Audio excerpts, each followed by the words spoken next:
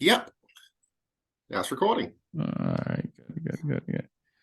Yeah, man. Did you see my new video and my I new just watched article? it just then What'd you think about it? with the Bigfoot one with the Yeah, Enki. Yeah, I liked it. yeah. It was pretty cool. I just gave you a like. I would have to go on my other YouTube channel to give you another like. Yeah, and when I did it, man, I've been wanting to do that for a while now, at least six to 8 months, man. I just didn't know how to put it together because I didn't want it to be like where I'm basically trying to say that's who they're the same people, but it's just like when you read so many different descriptions of both of them, you kind of like, where does this come from? Then understanding how people thought back then, when they recorded things, they wrote things down based off their five senses. They didn't Yeah. write things like how we do it today. They wrote off their five senses. So it was kind of interesting because I was like, man, what if Bigfoot and them are them two are the same? Because you get too many different descriptions. I highly recommend you to read or go to my article and scroll down and watch that 30-minute video with that lady that says she had a friendly relationship with one of the with some Bigfoots. It's kind of interesting because what she describes, and this is what the type of wording I've read was that they may be the missing link. Like they have our intelligence, but they also have more of their animalistic, uh, I guess, body ways. You know what I mean? Yeah, it's kind of interesting, man. I've been a Bigfoot fan for a long time, man, and I was just like, man, let me see. When I read the ancient texts and Gilgamesh and stuff like that, I was like, because in the book of Gilgamesh, uh, the Enkidu actually, when he went back to the wild, the animals wouldn't accept him because I guess he was more human like, I guess. So it was just interesting.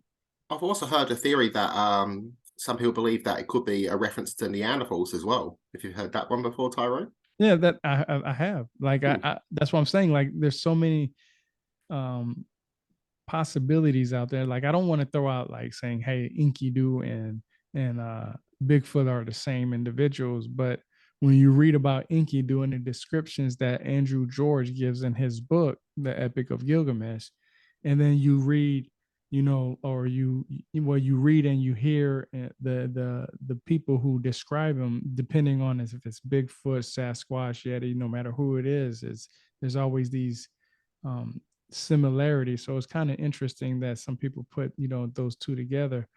That not saying Enkidu and Bigfoot or whatever is the same, but putting the two together. That hey, there may be some more to the story than it is. And what I think about it, I go back to the famous film that everybody talks about with the Bigfoot. I'm just like, man, that just looks like a big old gorilla, but anybody can fake anything, and it's kind of hard not to fake stuff. I mean, I know we didn't have that much advanced technology back then like we do, but I mean, we still had technology. And if you bring your time and effort together and do things, I mean, you can achieve almost anything. Yes, 100%.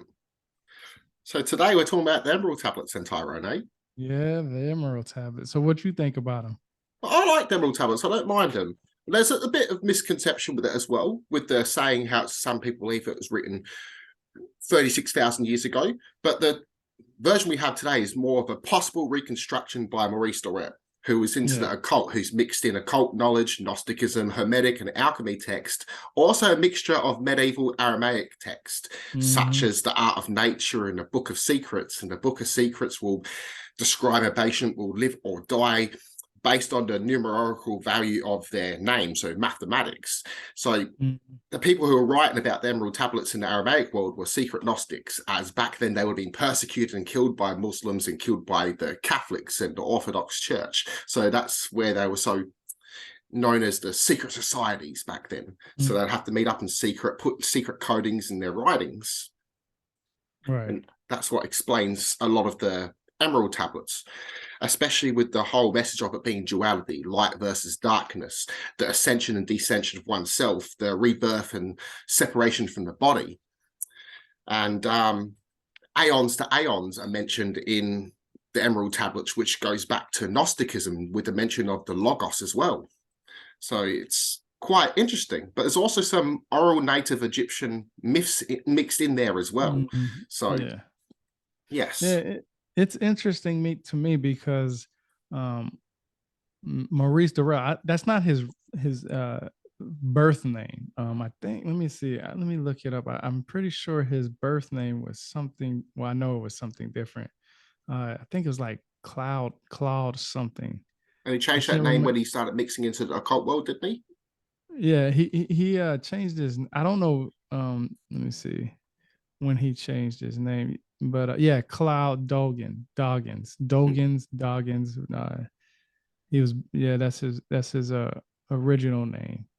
And what's interesting is that it is said that from him personally, and even Billy Carson, and I guess people who follow Maurice Durrell have, they know that he got this information from Thoth himself.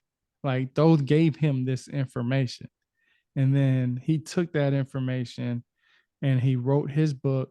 And like, if you read his actual translations? I've seen a few different versions of thing. Don't know exactly what I listened to was his translations. Well, I've listened to whole different things because there's many different Okay. reconstructions of it, many Right. different translations, especially in Yeah. today's society today. Yeah. But one thing I want to mention is that you mentioned with the help of Thoth, with the occult world, this suggests channeling. So he Yeah. channeled Thoth. So Yeah. this is Yeah. why some information will be correct, some information will be false, as it's project from the subconscious mind. Like Right. with the text might even be mentioning UFOs, but in the occult world, aliens and UFOs are different to say what people today think. Well, some people in New Age have slipped this idea of the occult knowledge, which was basically in summoning and channeling higher beings, so to project them into their own life, to uncode mysteries, etc. So the Right. projection of the mind. So everything's connected in the mind, as I said. So cult is also a bit of Gnostic knowledge and Hermetic knowledge, all passed on through the ancient days of the old mysteries. Right. So they would summon these deities, Thoth, Ra, or extraterrestrials, if you will, to help them project or manifest into their life, basically. Right. Right. Mm-hmm. Yeah, because see, in his book, um, he writes the left column. The book is first presented in a side by side format, meaning that the left column of the book, which here I'll give you an example, so you can see. I don't know if you can see that. Yeah. Yep, now I can. So the left side and then the right side.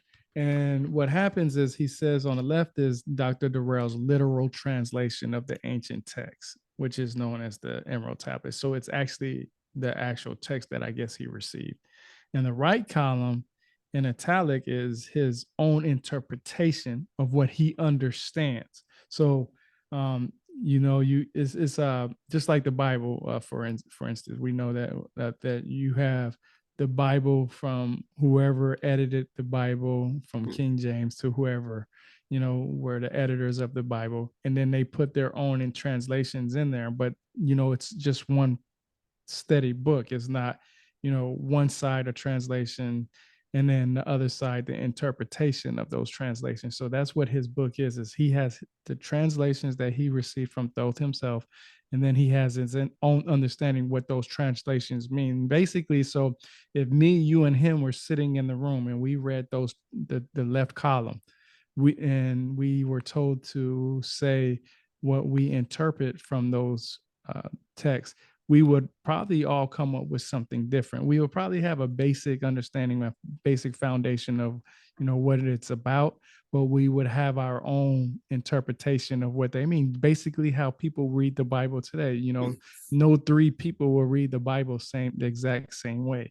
You know, they'll have a basic understanding on it, but their knowledge on the Bible would determine whether their interpretations will be the same or not. So I don't know if that made sense or not, but um, that's how that's what he writes in his book. And um, what he says is it is suggested that you read the translation that on the left column in its entirety prior to reading the interpretation. So you would basically go through the left side and read everything that he has on the left side from tablet 1, right? And then when you're at the end of where we just say tablet 1, you will go back and read the right side of it and see what Dorell's interpretation. The reason why I say no three people will have the same thing, because Billy Carson has his own understanding of the Emerald Tablets from Maurice Dorell. He speaks highly of him, and he actually talks about him a lot. And let me just get your opinion. Do you think Thoth and Jesus were the same from your knowledge that you gained? Well, in a lot of Gnosticism, they viewed that Thoth and Jesus were the same. I personally think, yeah, reincarnation and that sort of stuff. But some also went further into seeing this one being would reincarnate through multiple lives and then perfected his philosophical message throughout multiple different lifetimes. And the whole thing about the mystery dwelling within your inner Christ, your inner Thoth, your inner Buddha, this inner wisdom from within, the connection of God, the realization that we are God, the realization that we are nothing and thought that we were something. So all this stuff is, again, esoteric knowledge. Someone called me, just hang up. Sorry about that. You're good. You're good. No, you're good. But yeah, also the message in there is about fasting. So the whole idea of fasting, summoning, so you might be channeling Jesus, you might be channeling Thoth. All this information is within you. So I personally think that the bigger message is what's within you, honestly. But yeah, I think same being, but ultimately that being is within you, that good nature.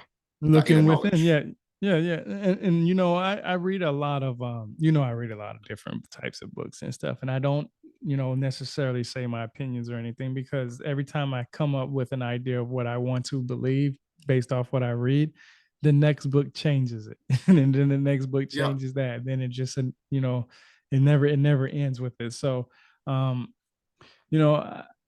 it's interesting to me, because I wonder the timeline. Like you said, 36,000 years ago, I think that's about the time they say that it was first written down. I sometimes want to know, because if Maurice Dorell is the only one with this information, if he's the only one that got this information from Thoth himself, right? And just like you said, that some of it may be correct, some of it may be incorrect. It makes me wonder, how do we decide what is correct and what's not correct? Now, when I go back and read about Jesus, I know that he may not possibly been one man. He may have been many men to different people. Basically, I've read that Krishna and Jesus were the same. I've read that Thoth and Jesus were the same. I read that Krishna, Thoth, and Jesus are the same. I've read so many different things. And when you take the element of a physical body of who Jesus is and listen to the words or read the words, I know a lot of people don't like to read the Bible because they don't want to be religious or whatever the case may be. But if you actually just read the words, it basically tells you that you need to look within you to be that better person. That's from what I understand. I remember there was a time when I used to be like, man, how can people believe in the Bible? Because I never understood it. And I know that I still don't understand it because I'm still researching it. But people believe that the Bible is the one source, which I know for a fact it's not, because there are forbidden books that didn't make it into the Bible. For example, the Book of Enoch is one of them. And they even have the Adam and Eve story and so on and so forth. But I listen and read the words differently now, knowing what I know now, from the thousands of hours that I've read the books. I know we talked about Gnosticism before, and that's basically just seeking knowledge. There's Christian Gnostics, there's Muslim Gnostics, there's Hindu Gnostics, so on and so forth. There's even atheist Gnostics. That's why they fight so hard to prove that there isn't a God, because they have their own, they seek their own knowledge based on who God was, and found out based off their understanding that there isn't one. But then I'm thinking about, what do they understand about God? And I have to ask you, do you think God and Jesus were the same from your studies, from your research? Well, yes, but I also say that you are too. We all are. Yeah, yeah. So that's my conception. So it's not the typical mainstream Christian value they have today. Like what I tell people is when reading any religious text, read, say, the words of Jesus, read the words of Buddha, and then compare them to the rest of the text and you'll see contradictions no matter Yeah. what religion. You look at their main messiah, their prophet, and it's always the message of looking within being taken to something other, because the people were quick to take everything literally instead of looking for the mysteries to understand it symbolically. Even the stuff, for instance, that might not be true, it's meant to be taken symbolically, not literally. So again, it's all projection of the mind, the subconscious mind.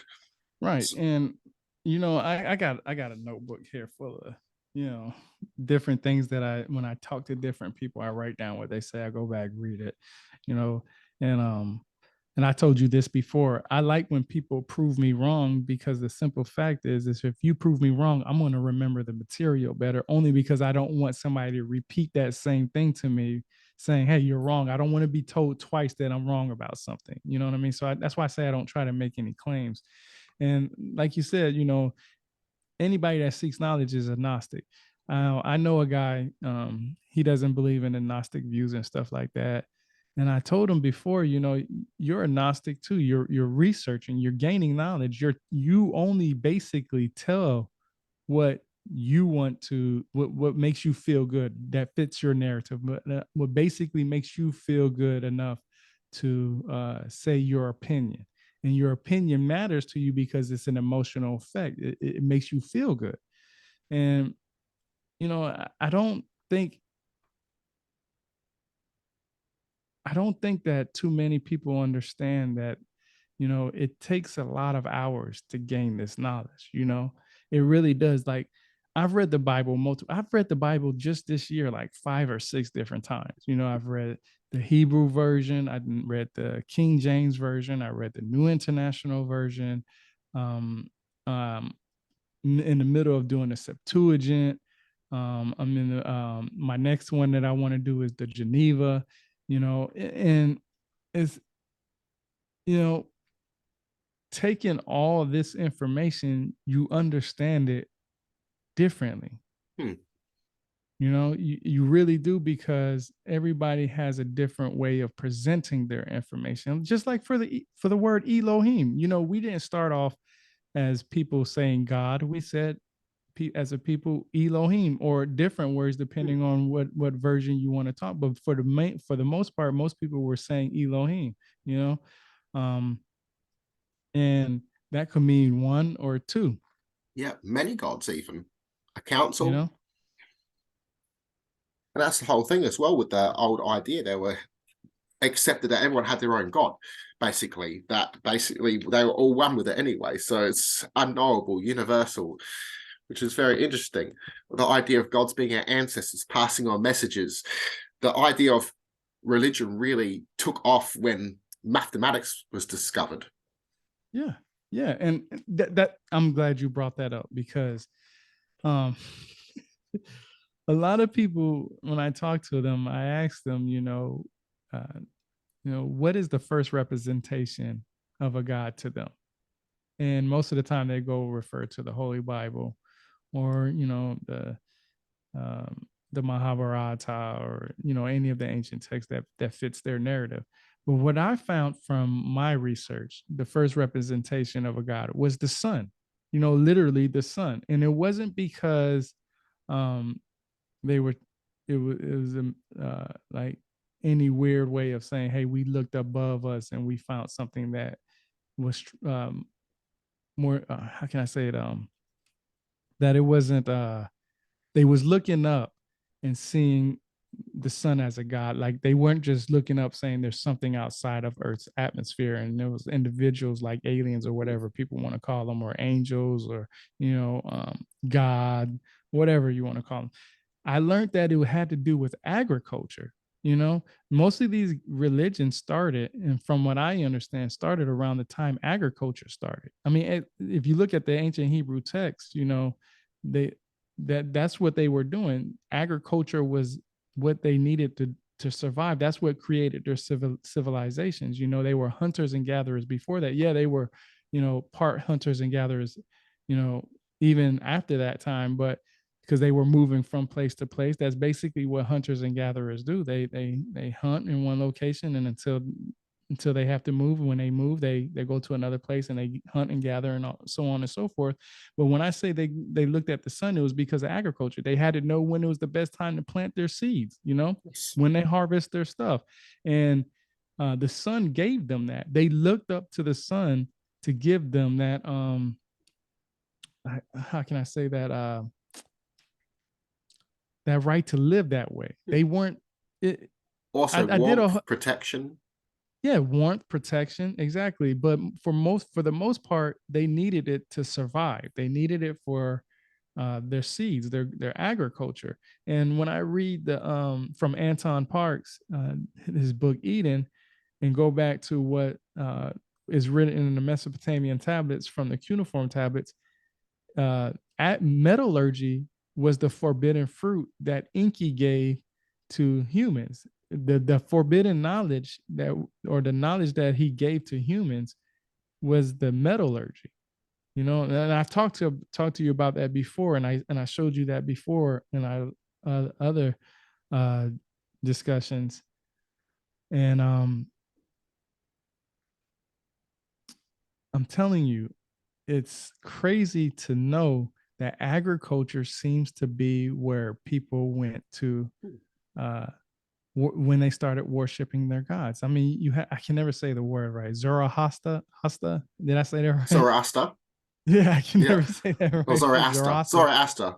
Yeah, the Zoroastrian faith prophet. Yeah, that a lot of people say that came before Hinduism. I'm not sure if you heard that before. I've heard that as well. It's Yeah. all theories as well. They don't really know, but yeah, there's always going to be something that's old. Hinduism, if we go old enough, it's just Hinduism is one of the oldest surviving faiths. Same with Zoroastrianism, but ultimately there were different types of Zoroastrianism. Some believed in reincarnation, some rejected reincarnation and believed that divine being would choose a punishment or would pass you on to afterlife. So you also had Zoroastrians that believe heaven and hell were within the mind, which was more like Gnostics. So it's interesting.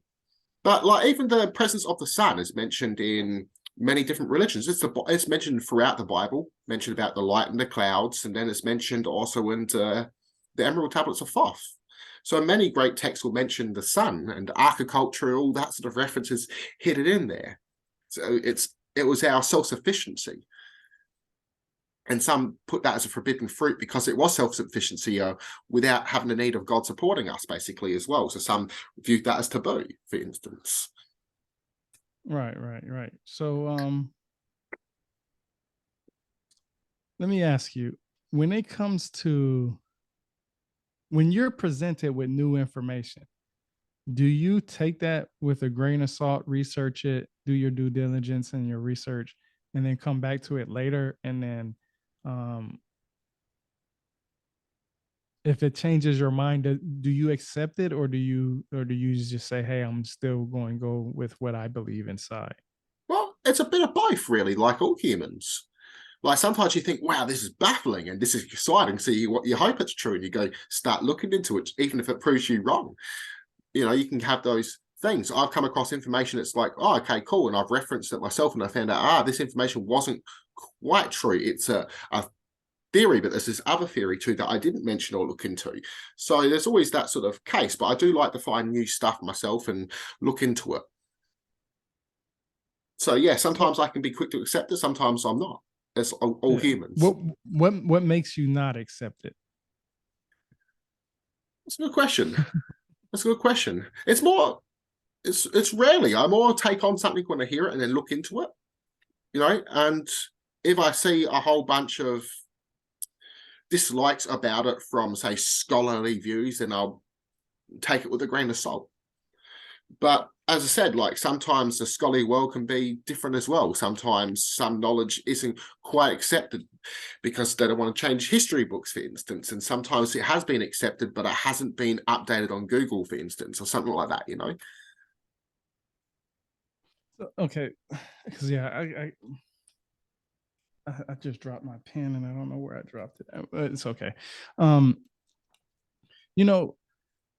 I had a discussion with somebody earlier today, and a lot of times when I have these discussions about religion, I'm not a religious person. I grew up in the Catholic Church. My mother's Catholic, and I was baptized when I was young, and so on and so forth.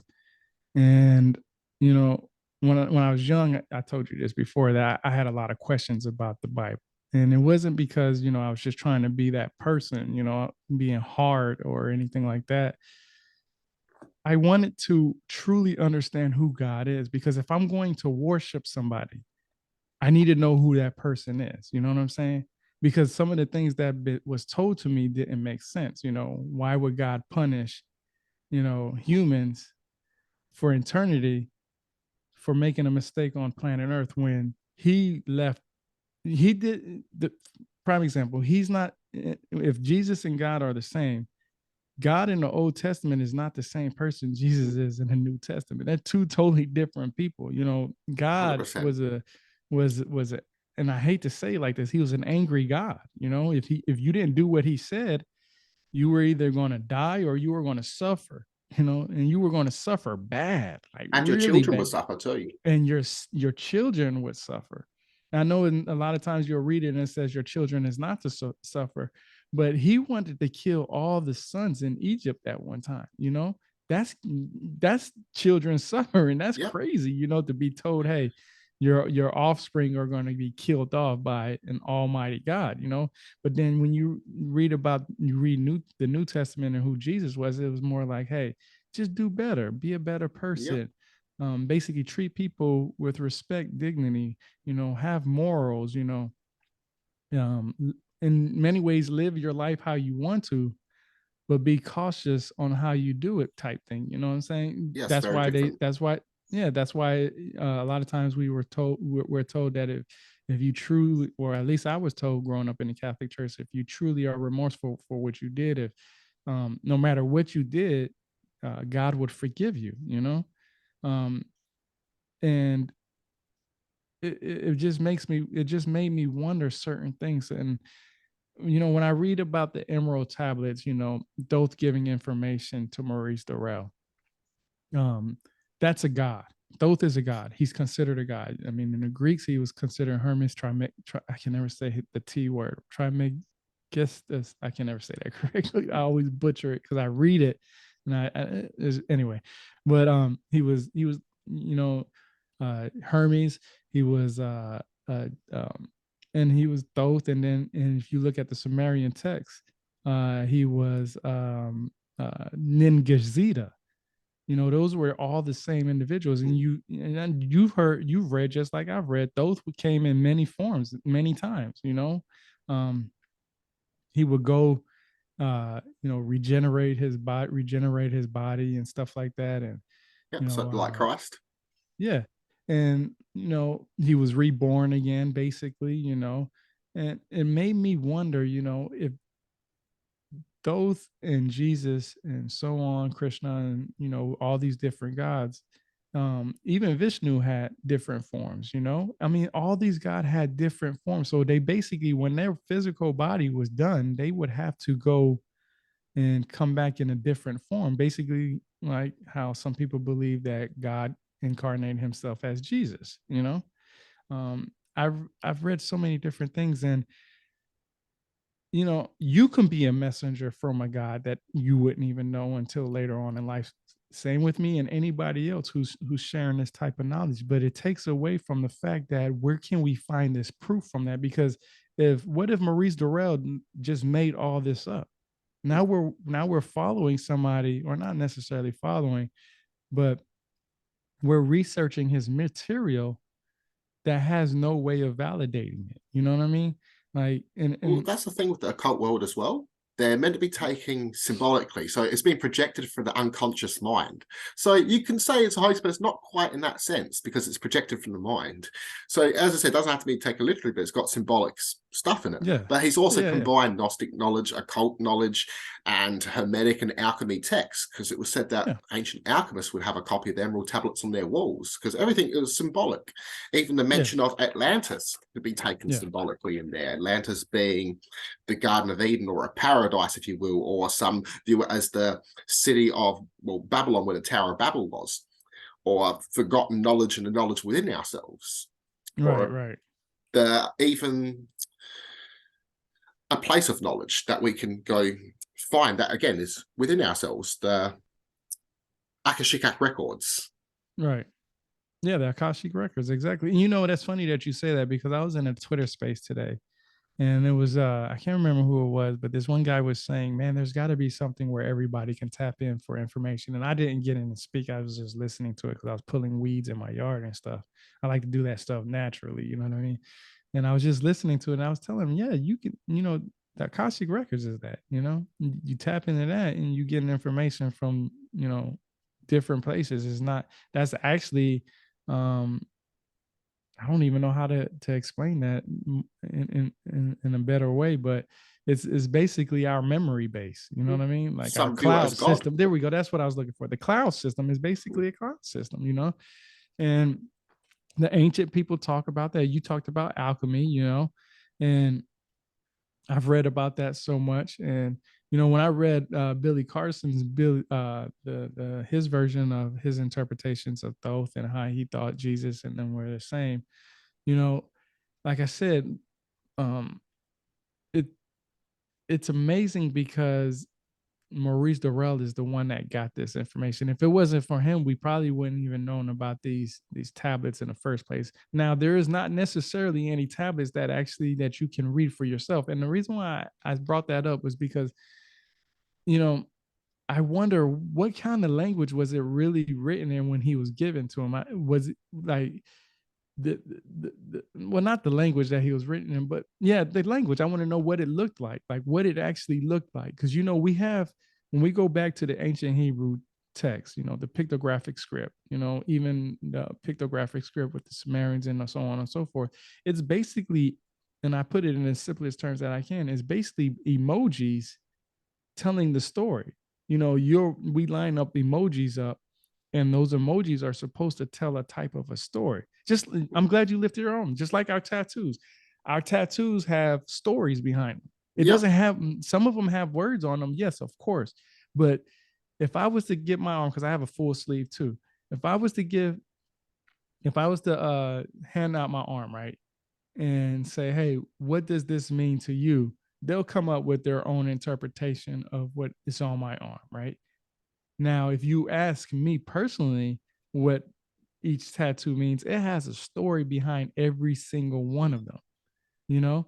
And I'm the only one that can tell those stories, just like the only person that can tell you your stories. You know, you might have dragons, and you might have, you know, weapons and certain so on and so forth, and I'll be able to pick that out. I could be like, well, you like weapons, you know, you might like the M9, you know, you might like a Smith and Wesson or something, based on and I know that's not what you have on your arms, but I'm just giving that as an example. Yep. And somebody else will look at it and they can say, well, uh, you know, you're an evil person. You like to shoot things and this and that, and you're just like, no, it means protection. A weapon is a protection. You know, it's my protection. Just like some people looked at the cross as their protection, and that's why they wear it on their neck.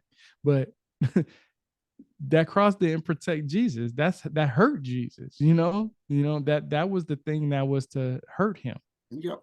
And the So, reason they put him on that was also to mock him, because when he was talking about the cross, he wasn't referring to this hunk of wood, he was referring to level of man, being, the mind. I'm so glad you said it. You said the word mark, right? Now, when To you mock him. oh, to mock, okay, Yeah. so to mock him. So I'm going to tell you the origins of the cross that I've learned. The origins of the cross basically means X marks the spot. You know what I mean? It wasn't it was to find something like it was like just basically how, you know, when you was a little kid, you watch those little cartoons and you seen people mark X on islands and stuff, and it was supposed to be treasure there or something Treasure like from that. within. It was supposed to be a representation of X marks the spot, however you want to take that. And like I said, reading the Emerald Tablets, it's not a thick book. It's only like 80 pages, if that. Let me see. It's not that long. Yeah, it's not too bad, but the Yeah, book, I've got a copy here too. it's only 81 pages, and it's all just what he talks about in his findings of Thoth and stuff like that. And there's not that many people who will who understand that finding to validate that information, to be able to go and read it for yourself, to pick up the tablets or you see the tablets in a museum and be like, oh, those are the emerald tablets. There's nothing like that. We're just taking somebody's word for that. And there's Yes. nothing wrong with that. People got um had divine interventions, people have paranormal experiences and so on and so forth and stuff like that. So you can't sit here, like, I don't like to take away from somebody else's experience. You know what I mean? Just because I didn't experience it doesn't mean that somebody else didn't. You know what I mean? They may have Yes. been given these messages. I'm that type of person where I need to feel comfortable in believing it. And I'm not saying I don't believe the work, because I think the work is fascinating. It's just that I believe some people took the work and they made it to something that it's not. You know what I mean? When you really look into it, is really a message: is be a good person. Do certain things. Um, look within yourself. Um, what else is there? Um, you know, learn, gain knowledge, gain wisdom. Hmm. This all comes from reading and doing stuff. So it's it's just interesting. What's your thoughts about what I just said? Oh, 100%. I agree with you. Looking from within, the separation from the body, realizing that you're an eternal mathematical living mind, that you are God, that you are nothing and everything and the absolute and the all, or you are nothing and you think you're something, basically. So meaning that you are God and you've forgotten. But another thing I want to point out is too, some people also believe the original Emerald Tablets was written in Greek. And if the original one was there, because what we have, they have the green tablets, that's a possible reconstruction. But if there was the real one, it would have been most likely done in green glass or in jade. There was another one, jasper, as well, if the Yeah, original text was there. But again, it's been retranslated, reinterpreted multiple times, even reinterpreted and symbolically changed today. But again, it all goes into the idea of alchemy and metallurgy, the idea of conquering Mother Nature to changing the fundamental elements of things as they are. So the godly allure that has flourished since the prehistoric Bronze Age, or since humans have been delving in metalworks or mm-hmm. alchemy, farming. Mm-hmm. Yeah. I know that it's symbolic, and I know that people would debate what their belief is on it and stuff like that. But when you really dig down and read it, it makes you wonder, dang, like this is interesting. Like, am I, it talks about the world being created, and I'm not I'm not sure when these emerald tablets were actually written. I don't know when, but I know Maurice Durrell talks about this stuff. And we've been talking about the creation of the world for thousands and thousands of years. I mean, almost every culture has their own, idea of the creation of the world and the people within it. Going back to the Sumerians, they talk about it. Enki providing a new group of individuals to help toil the earth. When you read the Holy Bible, God created Adam to toil the earth, and then He created Eve as a companion, I guess, or somebody as a helper to Adam. But then you go into who Lilith is, and you're like, dang, well, why did God create Lilith? What was, because there's no explanation of who Lilith is in the Holy Bible. You have to actually go to the other ancient texts for that. Like, I know some people say they talk uh, Lilith is mentioned in the Sumerian tablets. I know some people said it was mentioned in Akkadian. And then I've read about the beginning of Judaism, on how they talked about Lilith and stuff like that. So it just makes me wonder, if the idea of the emerald tablets is real. Okay, the words, the tablets themselves, the incantations and all that stuff. Um, what are we to do with that information? Because that doesn't really tell us anything about um, who we are. We already knew who we were before before Maurice Durrell wrote these tablets, right? Like, this wasn't, and you said Greek, right? If it was written in Greek, even then, the Greek civilization came later, after Egyptians, after the Sumerians, and so on and so forth. So, like I said, we knew who we were and what happened to our world before the idea of the emerald tablets, even though that some people said that this information was written down 36,000 years ago, but we didn't get that information until Maurice Durrell put it out. I mean, uh, I know the Greeks, you said the Greeks may have, talked about it or have their version, but was the Greeks version the same version of Maurice Durrell's? You know what I mean? I don't know if that makes I'd sense say or not. different because with Maurice saying getting help from Thoth, this means he was channeling, so projection from the unconscious mind. How you mentioned again with their own personal experience, we can all have this experience ourselves. You can also go to summon or chant, you can project something. So what I would suggest, if you want to have the same feeling, you would understand how, say, the Bible was written. Fast, put yourself in a state of hypnosis, describe a story in your mind of what you're seeing, and I guarantee you'll have a story that you could write down, and you could take it as religious, symbolic, whatever you want, and you could probably shock the world with it. I'll be, where'd you get this from? And you'll be baffled Yeah. where it come from because it came from the mind. So all within. Well, I've put on my channel a hypnosis experience, and I did a little bit of fasting, and then and if it sounds religious, it's relaxing as hell though. But yeah, check it out one day, Tyrone, and that was just me fasting. I hypnotized myself, and I just spoke about what I was seeing, and you could see a story there. But right. Again, everything was projected in the mind. So you might see be a reincarnation to what I was thinking at the time. So this is the same with Maurice. Right. It might be in a group of people too, for all we know. Yeah, and I've done I remember when I first read, both Billy Carson's and Maurice Durrell's version. I did a lot of research on it, and there's a lot of different information on what the Emerald Tablets are, where they came from, who wrote them, who received them, so on and so forth. And like you said, alchemy and stuff like that.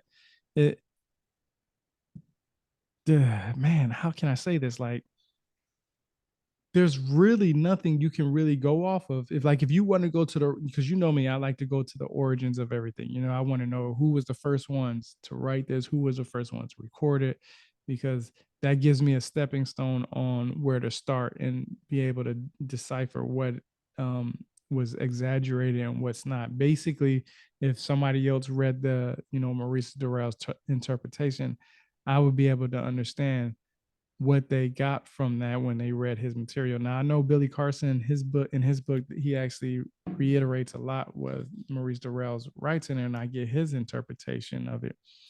And I've seen different videos, documentaries, and so on and so forth on it. And the big battle right now between facts versus fiction, it lies within is what's within these texts. What was it really about? Because let me ask you, what is your understanding of alchemy? Because I just want to make sure that I'm on the same page as you on this. Well, alchemy can be taken many different ways, not just physically, but also mentally, spiritually. Mm-hmm. So the idea of you being sad, changing your emotion to happy, that's alchemy. So the changing of chemicals, emotions, metals, even. The idea of alchemy is also found metallurgy and farming, as you're producing life as well. The idea of balance, connecting the masculine and femme, language, all this is alchemy as well. It's knowledge within you.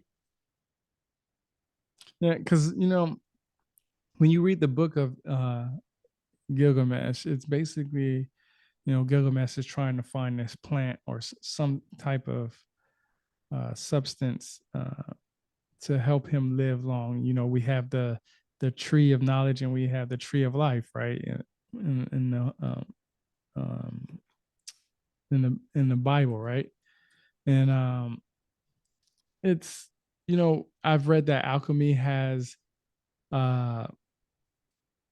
it could be like some type of what's the word I'm looking for, elixir or something that you can create to I don't know, I guess to like the Philosopher's Stone.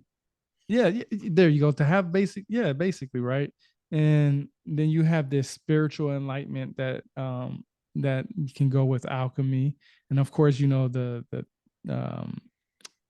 methods for transforming, like you talked about metallurgy and stuff like that, like Yep. metals and lead and Also forming iron. medicine as well.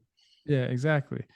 And but I also learned that alchemy can also be about symbolic language and astrological language. Hmm. Um, you know, I've learned that throughout my research, astrology plays a major part in religion. No matter how you look at it, Absolutely. um, our what they call them, what kind the what's those signs called? I can't. It just slipped my mind. Zodiacs. Yeah, the zodiac Yeah. signs. Yeah, that plays a major part in when these gods were incarnate. When these gods, incarnate themselves into a different individual. And that's what I get from when I read the Emerald Tablet from Maurice Durrell, when I read it from Billy Carson, when I read it from peer-reviewed articles. There's a lot of information on it, but when you get down to the fine print of it, because there's always fine print, it's always based on opinion and based on what makes that person feel good to present that information of what they've learned. You know what I mean? Like I said, me and you can read Thoth's translations, or his basically his translations, and we will definitely interpret it differently. There's no denying that, you know. And but and that goes for the Bible and whatever text you want to read. But this has been going on for thousands of years. A lot of people have, like you said, a lot of people have been talking about the Emerald Tablets. I'm not even sure when the Emerald Tablets were first discussed. Maybe that's something I should look up. There's also legends that state it was discussed in the first put in the Library of Alexandria of Apollonius, and then there's mentioning the first text was the medieval Aramaic text, which were the Book of Secrets or the Art of Nature were the first two references of the Emerald tablets that people would know of. But yeah, legends state the Greeks, and then in historical views, the first references in the Aramaic world, which would have been written by secret Gnostics that would have been forced converted into Islam, basically. I just typed it in just to see if I could get a quick question or a quick answer from it. And it says that Emerald tablets have a long and mysterious history, and their exact origins, like we discussed earlier, was we won't be able to pinpoint it, but the earliest historical reference to the Emerald Tablet can be traced back to the 6th or 7th century in Arabic sources. Yep, the one I just That, mentioned. yeah. Yeah. And that's why I said that. I typed it in because I didn't know that. I trying to keep all these dates and stuff like that is really tough. It is. But when you said that, it made me go back to what I've learned about the Islamic faith, and that started around the 7th century, if I'm Yeah. not mistaken, right? Yeah, around there, yeah. 6th or 7th century, I think. Yeah, because first Around those AD times. is when Christianity started, and then I think around the 7th AD is when Yeah, something like that. I know the texts were written like after Muhammad's death, like a good deal afterwards. So it's a little bit complicated there too, because there were so many different forms of ancient Muslims. It wasn't just the one branch, because some were worshipping Ali, which was Muhammad's son-in-law who yeah, he adopted, yep. you know. I think Godfrey Higgins actually said that in his book that I'm reading. I'm pretty sure he did say that, because that's fresh on my mind. So I'm pretty sure he did say that. Yeah. Some also sort of revere Jesus and some sort of rejected him. But that's why you have these texts that somewhat don't make sense. You have like the version of Jesus being a prophet, but then you have him being the one who's judging and coming down to slay Allah's enemies, is similar to Christianity. It's because it's been adopted from Christianity and other myths, mostly taken from the Gnostics and Arian Christians. True. But also a bit of Hinduism is in there too, because early Islamic people would have big connections with the Hindu world. There's even legends stating Muhammad's parents could have been Hindus and etc. All sorts of legends. Yeah, and that's where it comes into play, is that there are so many legends, there's so many theories. Nobody knows exactly what, because when they were writing things down, they were writing things down when they when they basically received the information, they recorded it. They had, first of all, the people, before they could present it to the people that they wanted the people to believe, they had to learn those people's language. When they learned those people's language, then that's when they started writing it in their language for them to understand. That's why when I'm presented with information about Jesus and Krishna being the same, Krishna is not the same, is not spelled the same way when you look at it. It's not always Krishna, it's CRI. Yep. I mean, it's KRI. It could be there's another one that I that I that I just read. I can't remember how it's spelled though, but the way it's spelled is differently. Yeah, I've seen that as well. I've also heard in some Indian villages, if you went there and you said Christ, I think you're saying Krishna, because they used the Aramaic word for Jesus, Isu, or I think, I'm pretty sure, if I'm right about that one. Say that one more time. You was Is breaking up. Isu All right. that the Islam? So Muslims say that Jesus' name is Isu. ISAU, right? I think so. I'm pretty sure that's how they pronounce it. But long story short, in some places in India, that's what they all call Jesus, Isu. And that they would think, if you said Christ, they would think maybe saying Krishna because of the language barriers. Yeah, and that's what I'm saying is that in order to share that information to the people where, like, the Indus Valley, like if they was in Mesopotamia into the Indus Valley, or even we could just say the Americas, right? They had to learn those people language, right? To understand, so they can present their information to them in a better way. You know what I mean? You can't just go there like, I don't speak French. So if I wanted people who wanted to listen to what I was saying or whatever, I would have to learn their language. I would have to learn how to use their language to help them understand, because you don't want to use words that will offend them, because if you once you start using words that offend them, you're not going to get anywhere. You know what I mean? 100%. So 100%. And that, when you talked about the Tower of Babel earlier, I've read that that's also called the Tower of Confusion. Okay, yeah, I've heard that one as well, because when the languages got changed. Yeah, but that's what I'm saying is that you can't use the same words from your native land. You know what I'm saying? I mean, you have to transfer that into another, wherever you're going. You have to transfer that. You have to learn that other language first. And then you have to be able to say that without offending people and stuff like that, because you don't want to offend anybody, especially if somebody that you're trying to I guess have worship the same God that you have. Yeah. I have a question for you, Tyrone. Because there's only one man that I know of. Do you know of any prophets that were writing their own writings, not written about them 150 years or 100 years, 50 years later? Like what do you mean, like that wrote their own stuff? Yes. Based on what they Yes. knew? The only one I'm aware of the ancient past that did that was Mani, who was a Gnostic sort of teacher in a sense. Manichaeism, which was a crossover of Gnosticism and Buddhism. And in India, they were calling him Buddha. Yeah. But he was the only one I know of that was writing his own actual text, as he's seen a lot of prophets didn't do this and caused problems after their death. So he started writing his own stuff. It's the only one I'm aware of. I don't know. I might have to look into that. I'm not sure off the top of my head, but that is interesting, because I know that a lot of what's written in the Bible is not written in, when it happened. It would happen. It was written some time after. So of course things would change and crap like that. But man, that's a good question, because I definitely want to look into that more. Something I need to look into as well, because I only know of the one person so far that I can think of. But that's pretty interesting. But he also wrote in different languages. So he wrote in, I believe it was Persian and ancient Pakistani sort of Indian language back then, because what was a part of India now is now part of Pakistan back then. Well, now it was India back then, but it's Pakistan now.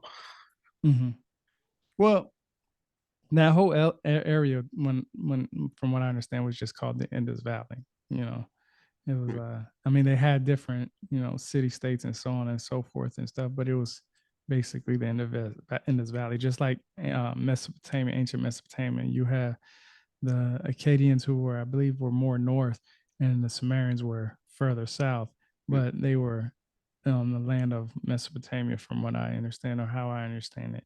So yeah, that's interesting because you know I'm gonna have, man. We you know what we should do? We should definitely compare what your book has on the Emerald tablets, and we should compare them against what I have here, because I think that that would bring more light to it, because you have your source, right? I have my source, and it's interesting. And I want to know what, what does it say in that book that you have that sticks out to you? Like what's some of the things that it puts in there? Like, does it have the tablets from Thoth? Does it have, or does it just have somebody's opinion of who the what the author wrote? It's got the tablets of Thoth. I don't know, how's their opinion?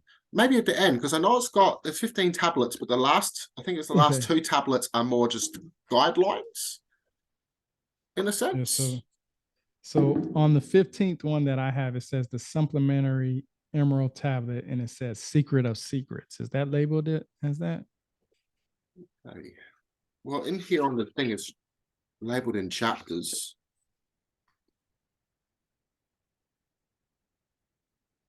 Yeah, I'm not so sure. Chapter 15, because it's all in here. Oh, yeah, chapter 15, Secret of Secrets.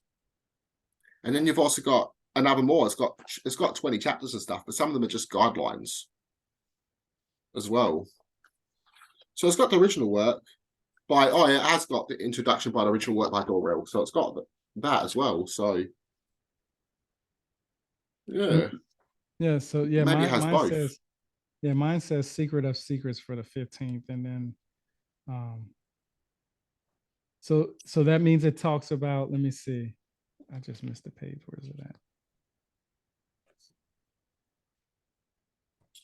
Let me see. The first paragraph says, "Now ye assemble, my children, waiting to hear the secret of secrets, which shall give ye power to unfold the God man. Give ye the way to eternal life. Plainly shall I speak the unveiled mysteries. No dark saying shall I give unto thee. Upon open thine ears.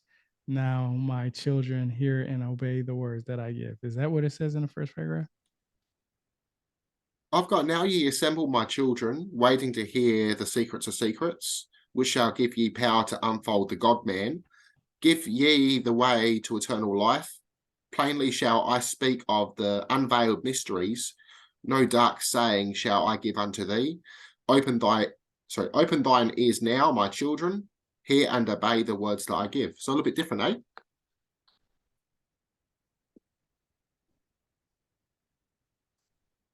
Say that last part again. Hear and The obey last. the words that I give. Okay, yeah, yeah. And then it goes into, first I shall speak of the fetter of darkness which bind ye and chains to the spear of the earth. Yep.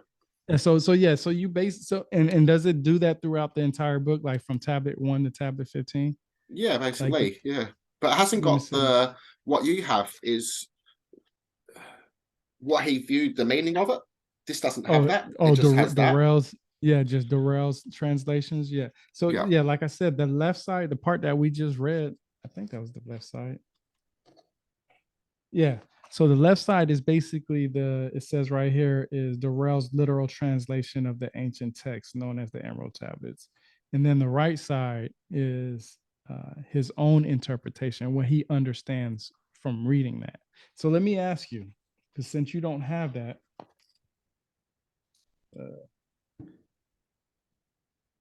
what do you get from reading tablet 15? Just the first few parts. Like what do you understand? Did I read it like thing again?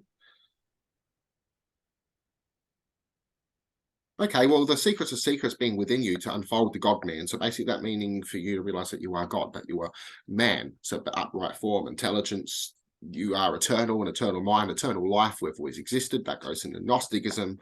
But again, the secrets of secrets, which can be answered from you, within yourself, your own interpretation of things. And then you unveil those mysteries. So, no dark saying that I won't give unto thee, meaning that there's nothing imperfect in the universal mind of God, which is within you. Would All be right, so my I'm gonna read. interpretation. Okay, I'm gonna read the right side, and I know you'll go back and read it. I want what I want you to do is go back and read tablet 15, all of tablet 15, right?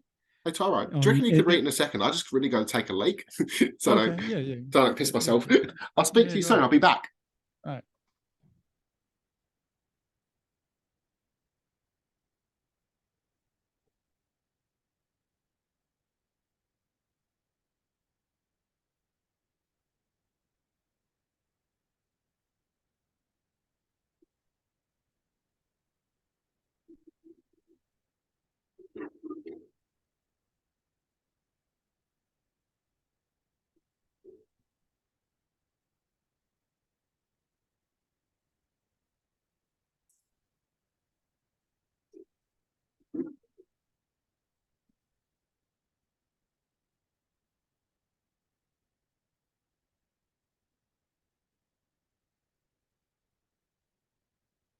Yeah, bro, I'm back.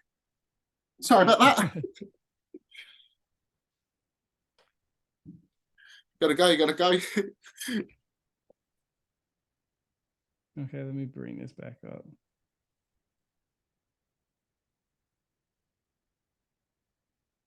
Let me see. I closed the book.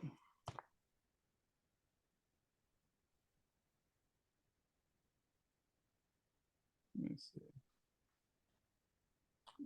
I got these tabs, they kind of stick. Okay. Okay, here we go. All right, I want to read what it says. And I want you to like I said, I want you to I'm going to read the right side, okay? And then later on I want you to read the left side on in your book to see if you come up with the same thing. But this is what he is Darrell's. He says three are the natures of mind. Carrier it of the will of the great one, arbitrator of cause and effect in thy life. Thus is formed the threefold being directly. Man, this hold on, let me start this over. Because it's kind of hard to read this in this type of language. So let me say it again. Okay, three are the natures of mind: carrier it of the will of the great one, arbitrator of cause and effect in thy life. Thus is formed the threefold being directed from above by the power of four. Above and beyond man's threefold nature lies the real of the spiritual self. For is it in qualities shining each of the planes of existence, but 13 in one. The mystical number based on the qualities of man are the brothers. Each shall direct the unfoldment of being. Each shall channels be of the great one. On earth, man is in bondage, bound by space and time to the earth plane, encircling each planet, a wave of vibration binds him to his plane of unfoldment. Yet within man is the key to the releasement. Within man may freedom be found. Uh, let's see. Okay. When ye have released the self from the body, rise to the outermost bounds of your earth plane, speak ye the word Doriula. I guess that's how you say it is Doreulla. Then for a time your light will be lifted. Free may ye pass the barriers of space for a time of half of the sun, 6 hours, and that's in parentheses. Free may be, or free may ye pass the barriers of earth plane, see and know those who are beyond thee. Yeah, to the highest worlds may ye pass, see your own possible heights of unfoldment, know all earthly futures of soul, bound are ye in your body, but by the power ye may be free. This is the secret whereby bondage shall be replaced by freedom for thee. Come, let thy mind be at rest, be thy body conscious only of freedom from flesh. Center thy being on the goal of thy longing. Think over and over that thou wouldst be free. Think of this word, la ilgan. I'm not sure if I said that right, but it's Laumilgan, over and over in thy mind, yet let it sound.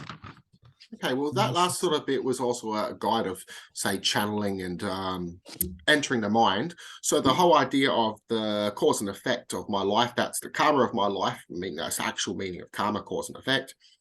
And with the triple androgynous going in with the thrice spirit of man. So this is the masculine, the femme, the inner child, the inner goodness, the inner God, your inner Christ, your inner Thoth, your inner Buddha, etc. The separation of flesh, so the flesh being the bondage of darkness, the light being within you, so the God being within you, the true esoteric knowledge, the escape, the chaos, escape from the sleep. So ones who know, ones who don't, with the light of darkness, all that sort of stuff. But yeah, all that sort of stuff in the Akashic realm, so being the space and being you, an eternal mind. So this eternal knowledge being within you, all the answers being within you, is what I would really get from this text. Now, you know what? This is weird. Okay, because it did say to the left. Okay, so what I actually read was not all, was, because I go back. Actually, yeah. So therefore, chapters 1 through 13 are presented by. So 15 wasn't presented that way. So I actually said part of those those and Darrell's interpretation. Dang, so I actually messed that up. Okay, so I just said the interpretation of an interpretation.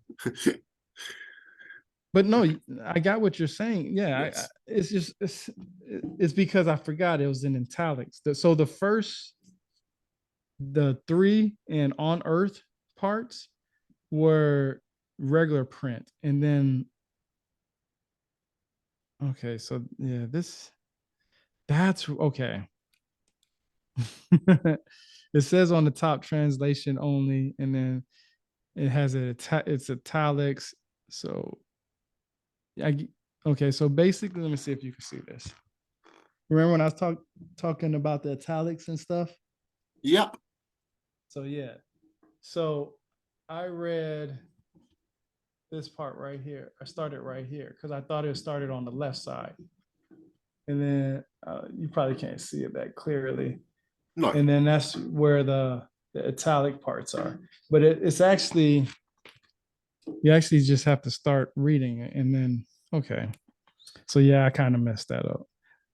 But from what I read to you, yeah, I got the same kind of understanding.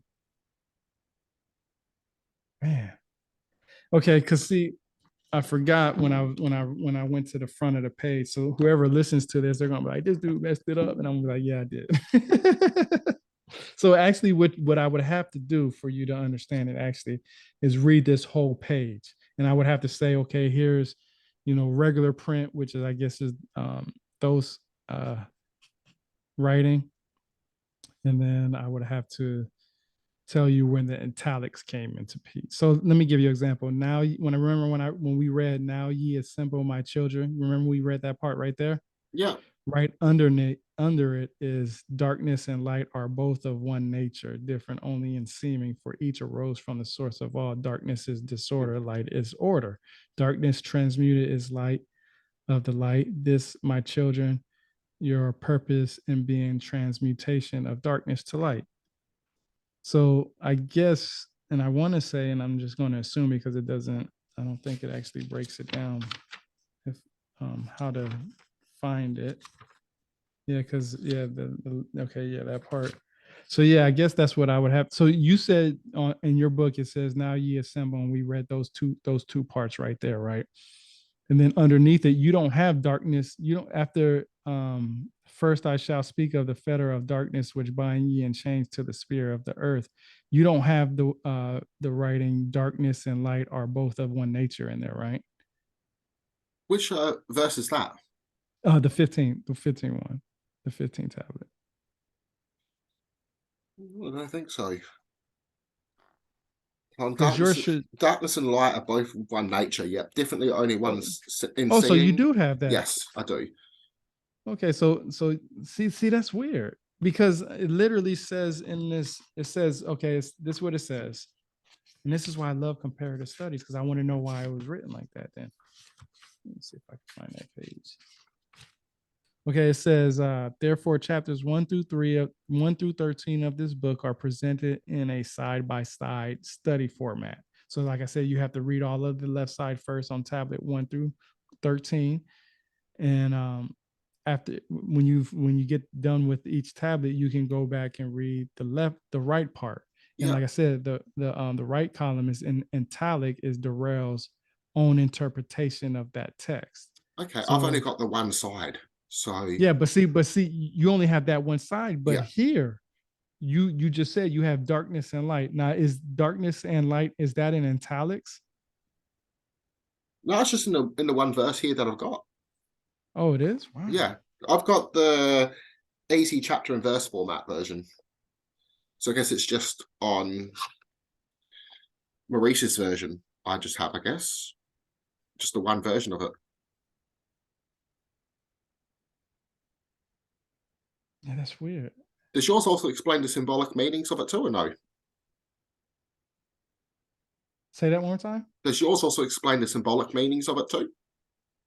Well, this is why I asked this, because when I go to tablet 1 and I compare the writing style in tablet 1 to what is in the Secret of Secrets of tablet 15, I have, regular printed text, like it would be in a book, like any book, it would be written text. But then it has parts, like the darkness and light part is in italics. So I was wondering if that was well,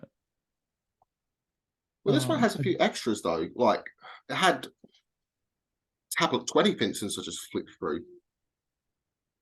And that's, as I say, it's not a proper tablet or chapter 20 or anything, but there's more just guidelines, so meditation inspired messages, I guess. Like what does it say for tablet 15 for in your book? Like what does it say?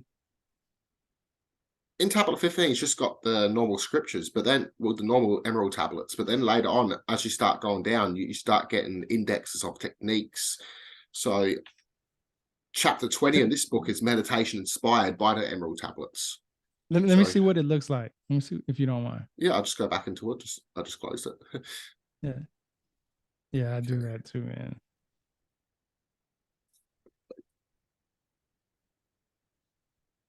Let me see. Okay. If you approach it to this and balance flow, the chakra cleansing, flower, fire meditation. Let me see. See, that's weird because, like I said, that's why I said you have. Okay, it says the flower of life right here on mine. Let me show you. I'll show you in a second what it does, what it looks like. Let me see. You see what I'm talking about? Let me see. Yep. Oh, yeah. There we go. Yeah. Oh, so that's how close I gotta have it for you to see it then. So let me show you. So let me show you what I mean on tablet 15. So let me go to tablet 1 first so you can get an idea of what I'm talking about. So you can see it, because I guess I had to have it closer. You see how one side. Yep. I'll show you my tablet 15 because I've only got the one. Yeah. No, this is tablet 1. This is tablet 1. So I wanted to show you that. Now this is tablet 15. This is how it looks on tablet 15. This is my one. And it's just on the one. And it just continues to page 2. Yep. Oh, that's tablet 1. Tablet 1. Okay. So look, so yours is different than mine, and you'll be able to see this when you go back and watch it. But see, this is tablet 15. Yeah, this is tablet 15. I can't even see it, but yep. Do you see how the writing styles are different? Yeah.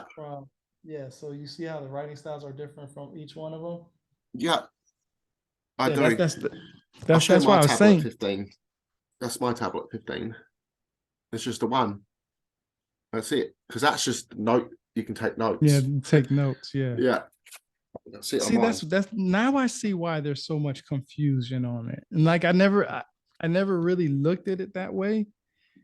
There's many different reconstructions of the text, man. Because yours don't Heaps. have italics at all. Yours is No, not italics at all. no, it's just the That's normal one. confusing. Yeah, I guess that's just the easy format version. But yeah, I'm pretty sure I want to get one of the study editions. Oh, it is a study edition too. That's why I got it as well. So it's a study edition, just the easy format, well, easy chapter and format version. So I think it was that little bit cheaper, I guess.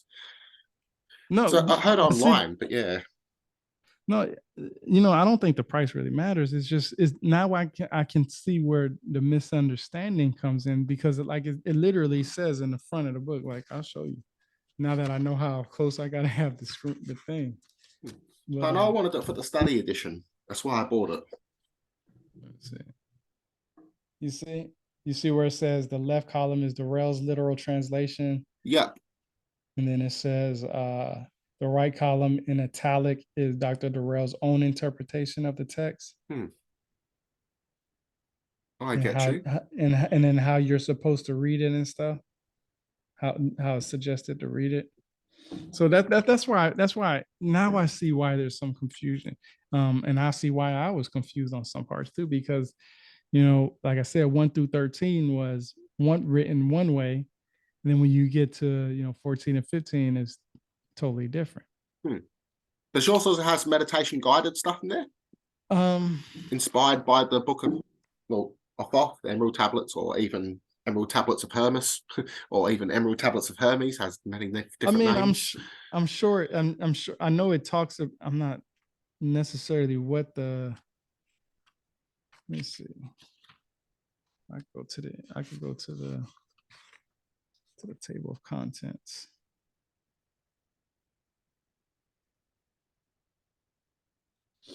I mean, it has the tablets 1 through 13 or 15, I should say. And the only thing that, let's see, let me go to this. This is why I love having comparative studies discussions, man, because you learn so much.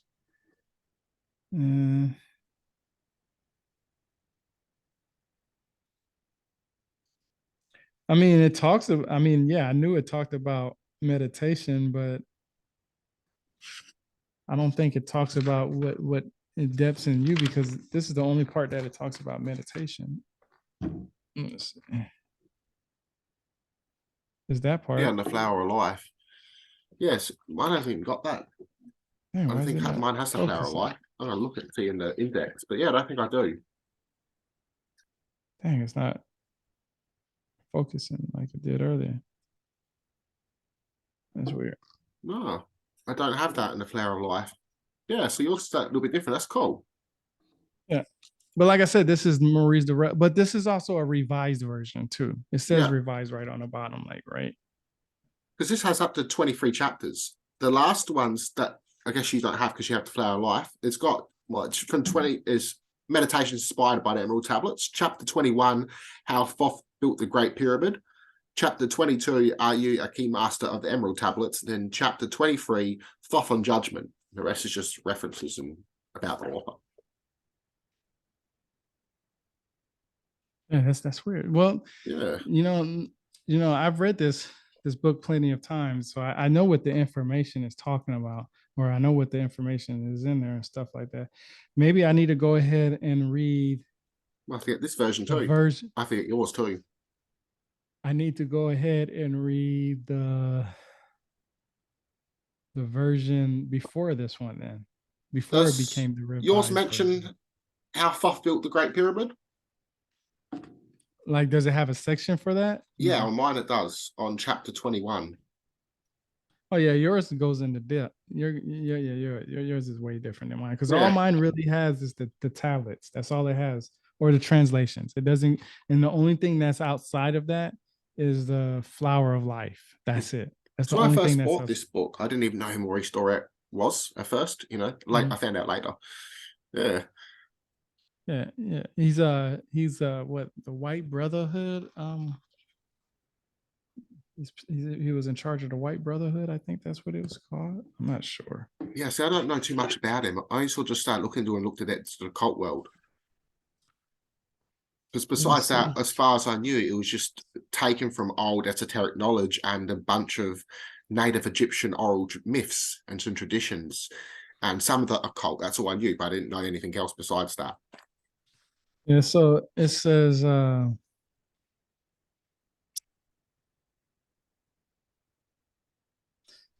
the tablets translated in this work are 10 which were left in the Great Pyramid in the custody of the pyramid priests. The 10 are divided into 13 parts. That's where you get, I guess, the 13 tablets. For the sake of convenience, the last two are so great and far reaching in their import that at present it is forbidden to release them to the world at large. However, in those contained herein are secrets which will prove of inestimable value to the serious student. They should be read not once, but 100 times, for only thus can the true meaning be revealed. Well, I think I might have the forbidden ones in it then. But the whole idea of that forbidden stuff, that comes from Gnosticism, right? Forbidden knowledge in a sense, to be kept secret because those who will persecute you. In today's society, we're a lot more calmer and collective and stuff, but open for discussions, debates, philosophy. Well, back then it was a lot more dangerous. People would have stoned you for stupid shit, you know? Yeah. So, but Yeah, now, yeah. he says right here, for some 16,000 years he ruled the ancient race of Egypt from approximately 50,000 BC to 36,000 BC. At that time, the ancient barbarous race among which he and his followers had settled had been raised to a high degree of civilization. Thoth was an immortal, that is, he had conquered death, passing only when he willed, and even then not through the death. His vast wisdom made him rule over the various Atlantean colonies, including the ones in South and Central America. I spent time with my Mm-hmm. phone about Maurice's birth and stuff like that because I forgot what year he's born and stuff. You might be able to tell me. I don't know. I can't even remember exactly when he was That's born, to okay. be I'll honest. find out quickly. Okay, so he claimed this during 1925. So that's interesting. This is before the Nag Hammadi was discovered, and I thought so. That's why I want to know. It's the same with Aleister Crowley, where a lot of the information was passed on for old traditions of Gnosticism because it was really lost, and somewhat was kept in some of the occult world through secret societies, through secret knowledge passed on because of persecutions driven underground. So when the Nag Hammadi was discovered, it really changed a lot of things. It brought more Gnostics in the world because they were able to look into their history and actually know what the text said. Before that, they were kind of relying on the occultist. But yeah, so that explains a lot more in detail then. Yeah, and he even says in his introduction to the original interpretation of the Emerald Tablets, he says in the following pages, I will reveal some of the mysteries. Let me say it again. Got tongue tied. In the following pages, I will reveal some of the mysteries which as yet have only been touched upon lightly, either by himself or other teachers or students of truth. So I want to know who are those other teachers and Yeah, and that students? White Temple thing, or the White Brotherhood, it was actually Brotherhood of the White Temple. Yeah. Yeah. Mm-hmm. But yeah, he died in 1963, so he would have been around when they discovered the Nag Hammadi library, which in turn would have probably adapted some of his beliefs as well. But yeah, that's interesting. But yeah, when he wrote this would have been before the Nag Hammadi. So if he wrote it afterwards, I would dare say that the translations would be even slightly different. But it's amazing how close they were, even to some of Gnostic knowledge with the occult world. So they did hang on to a bit. A lot of it was not lost and mistranslated and reinterpreted by many different people and stuff. And New Age beliefs have also adopted some of the occult world and also Gnosticism. But yeah, this would explain a lot, especially with Mm-hmm. So, knowledge. so honestly, you'll have to read these translations or the Emerald Tablets 100 times just to even get an idea of what's really being said. So I'm well on my way on that. I've read it um, a lot. Just not just reading it from not Darrell's just version, but Billy Carson's versions, and I think I have a version on sacred-text.com. I think they have a version on there too. Pretty Very sure they interesting. do because I downloaded it on my computer. I actually downloaded it on my computer before I bought um, uh, Billy Carson's or Durrell's versions. Hmm. Because, like I said, Billy Carson has his own interpretations too. I've listened to a few different ones and then I ended up buying it. I want to get the study version. So I want to get the most closest version I could, basically, to the original, I guess you could say. Okay, yeah. So here, yeah, they have. That's where I read it from. So, uh, Sacred Text has some from them, but I don't know if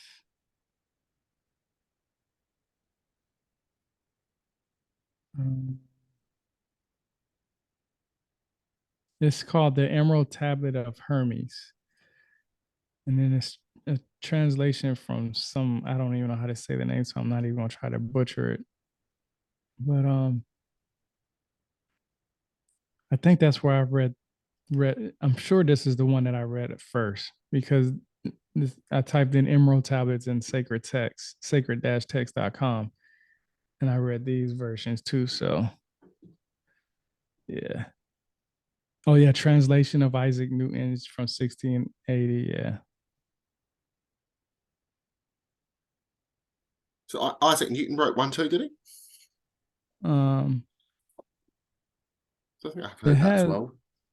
it has a translation of Isaac Newton. I don't know if I'm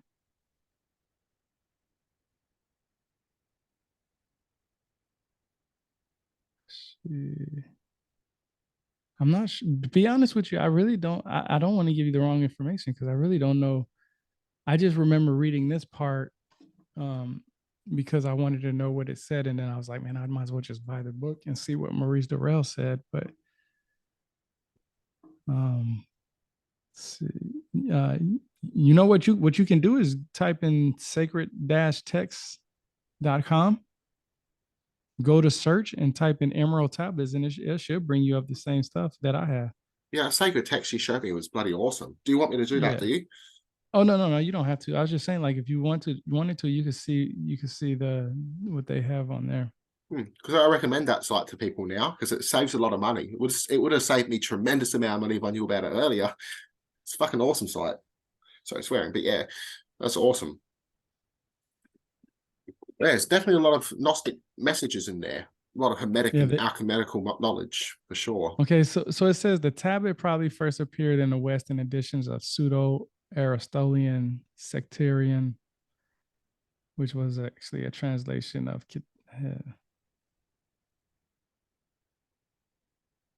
Yeah, maybe this is something different. Maybe these are the other teachers and students that he was talking about in his book. Oh. Well, it has been reinterpreted and it's still being reinterpreted. And especially when the Nag Hammadi was discovered, no doubt that would have added to its flavor as well, if you will.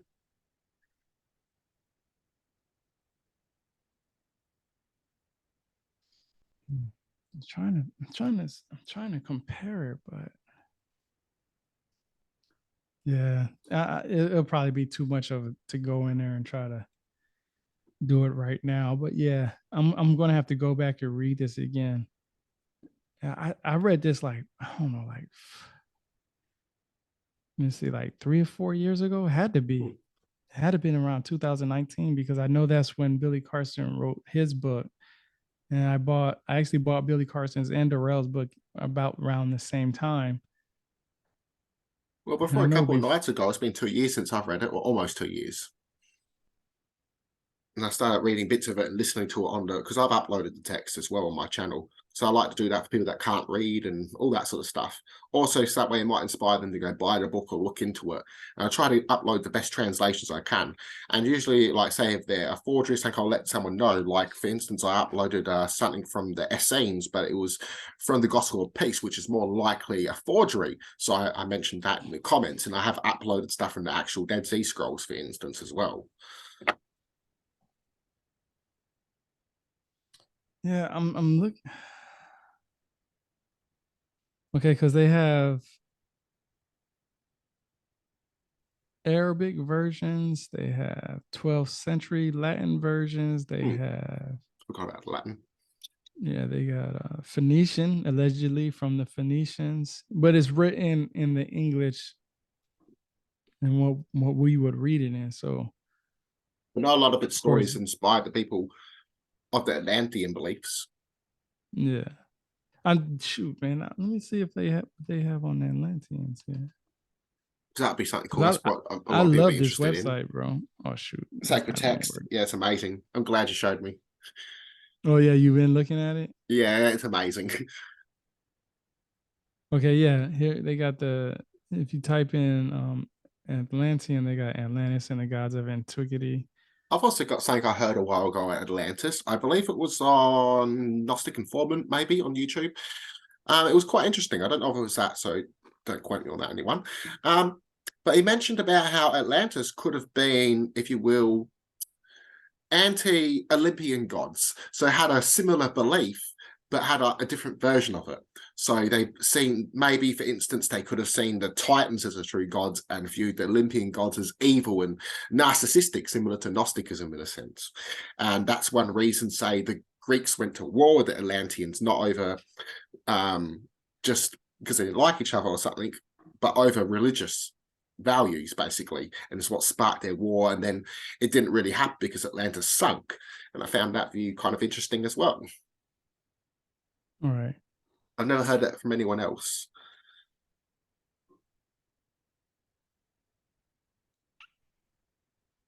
But yeah, what's your view on Atlantis, Tyrone? Yeah. Yeah, I'm just looking at I just read something that's interesting. And this is Atlantis, the gods of antiquity. And on the bottom of it, because it's from the sacred-text.com, it says, from a consideration of all ancient and secret rituals, it becomes evident that the mystery of the dying God was universal among the illumined and venerated colleges of sacred teaching. This mystery has been perpetrated in Christianity in the crucifixion, death of God, man, Jesus the Christ, the secret import of this world tragedy, and the universal martyr must be rediscovered if Christianity is to reach the heights attained by the pagans in the days of their philosophic supremacy. The myth of the dying God is the key to both universal and individual redemption and regeneration. And those who do not comprehend the true nature of this supreme allegory are not privileged to consider themselves either wise or truly religious. That's interesting. That definitely is. Very esoteric as well. Yeah, yeah, Like, yeah. I don't actually happen to be religious as well, but yeah, be spiritual, I would say. As religion is a different meaning compared to then and now, you know. Where back in the day, religion was more spiritual and it wasn't so much strictly dogma, you know. The idea of religion now is mine's right and yours is wrong, and that sort of context has really changed, you know, where before it was all about understanding the mysteries and that would be the truly religious person. Now that would be the truly spiritual person, which is interesting. Okay, true that, true that. All right, well, man, it's getting hot in this garage because I'm in the garage right now.